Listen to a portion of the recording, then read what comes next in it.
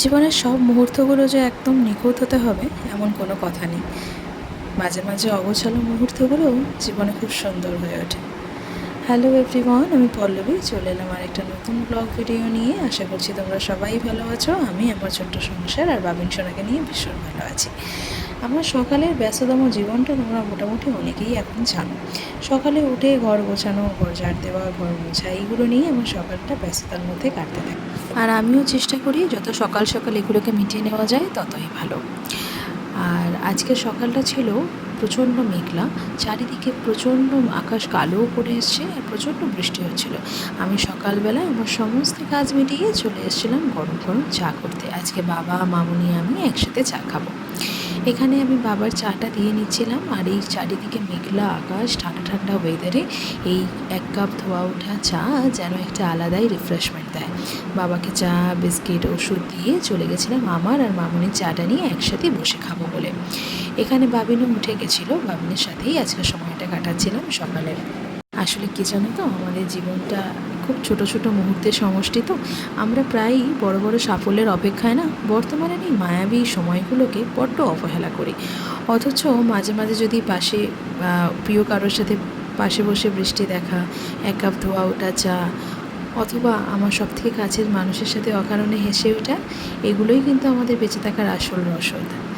আমার ব্লগটা কোনো রাজকীয় সফরের গল্প নয়, বরং খুব সাধারণ একটা দিনকে আমি কীভাবে অন্যভাবে কাটাই সেটাই অনুভব করার চেষ্টা।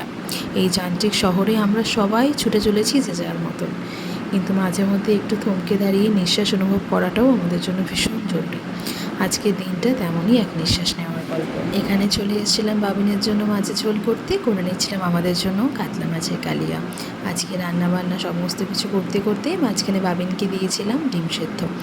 আর আমি আজকে সকালে খেয়েছিলাম স্মুদি, তাই জন্য আমিও খেয়েছিলাম শুধু ডিমের সাদাটা। আমি কুসুমটা অ্যাভয়েড করি, কুসুমটা বাবিকে দিই। এখানে সমস্ত কিছু কাজ কমপ্লিট করছিলাম, তার সাথে রান্নাও করছিলাম, আর সাথেই আমার চলছিল অফিস। মাঝে মাঝে নিজেকে মনে হয় আমার 10টা হাত থাকলে মনে হয় কিছু কম হতো না, বরঞ্চ আরও ভালোই হতো। এখানে সমস্ত কিছু একা হাতে সামলানোটা এখন যেন আমার নিত্যদিনের অভ্যাসে দাঁড়িয়ে গেছে। তবে বেশ ভালো লাগে এগুলো করতে করতে, নিজে অনেকটা অভ্যস্ত হয়ে গেছি। নিজের সংসার নিজে কীভাবে সামলাতে হয় তা এখন প্রতিটি পদক্ষেপে বুঝতে পারি, নিজেও জানি এবং অনেকটা নিজেকে পাল্টে ফেলেছি। এখানে বাবিনকে খাওয়ানো, অফিস দুটোই একসাথে করছিলাম, তারপরে চলে গেছিলাম স্নান করে ফ্রেশ হতে। আর আজকে বাবিন দুপুরবেলা ভীষণ বিরক্ত করছিল, তাই কোলে নিয়েই ওকে আজকের অফিসটা কমপ্লিট করলাম। এখানে চলে এসেছিলাম বিকেলে ওকে ইভিনিং স্ন্যাক্স খাইয়ে। আজকে ওকে অনেকটা সময় দিয়েছিলাম, কারণ আজকে আমার অফিস হয়ে গেছিলো অনেক তাড়াতাড়ি। সূর্যাস্তের সাথে দিনটা শেষ হয়ে গেলেও রেখে যায় অনেকখানি অভিজ্ঞতা। প্রতিদিন আমরা অনেক নতুন কিছু শিখি, আবার নতুন কিছু হারাইও বটে। আজকে দিনের শেষে আমার প্রাপ্তির ঝুলিটা হয়তো খুব বেশি ভারী নয়, কিন্তু মনের কোণে আমার যে শান্তিটুকু আছে তাই আমার জন্য অনেক।